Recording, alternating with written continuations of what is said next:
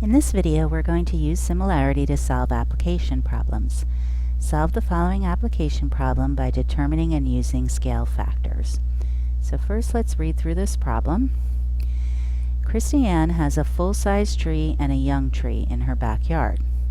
She wants to know, since it says she wants to know, I'm going to put that in green, how tall the full-size tree is, but doesn't have a way of measuring it because it is too tall. She notices the shadows of the trees and realizes the ratios of the shadow height to tree height are proportional. She measures the shadows in the smaller tree and she makes a sketch below. Okay? So based on this information, let's look at this diagram and make sense of it. So here is the young tree and there's the full-size tree. Okay. There's the sun, and the sun is shining at the same angle down at the trees, and this is the shadow that this tree, the full-size tree, blocks is 5 feet long, and the shadow the small young tree blocks is 2 feet long. The young tree was short enough that Christiane could measure it, so the height is 4.5 feet. So this is the information we have so far. Notice it says she realizes the ratios of shadow height to tree height are proportional. Okay, and this is because if we make triangles out of these diagrams,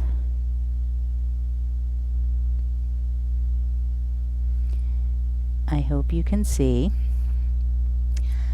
that these are similar triangles. So basically, because the sun is shining down on them from the same direction, that's why the shadow heights are proportional, the shadow to the tree heights are proportional.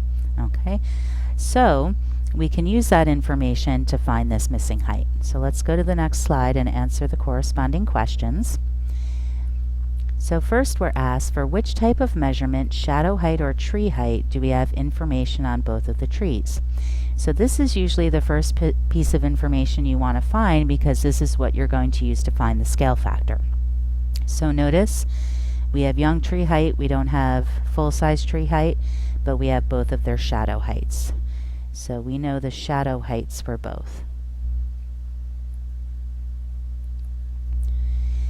Next we're asked, using the information from the diagram, find the, let me get the green, find the scale factor from the young tree to the full-size tree.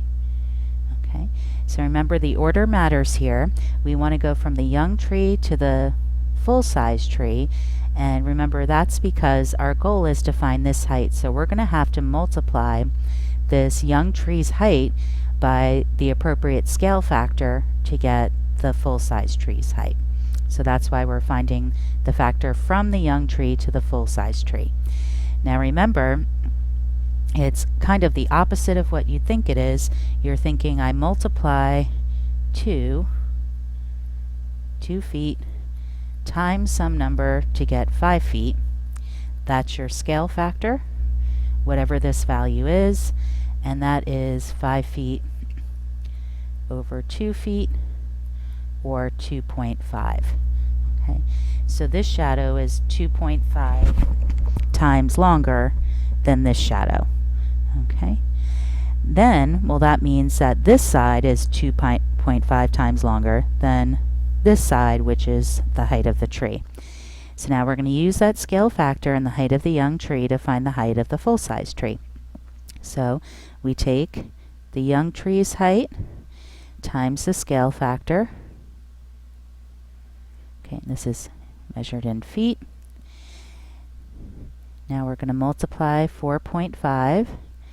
The full-size tree is 2.5 times as large as 4.5, which is 11.25 feet.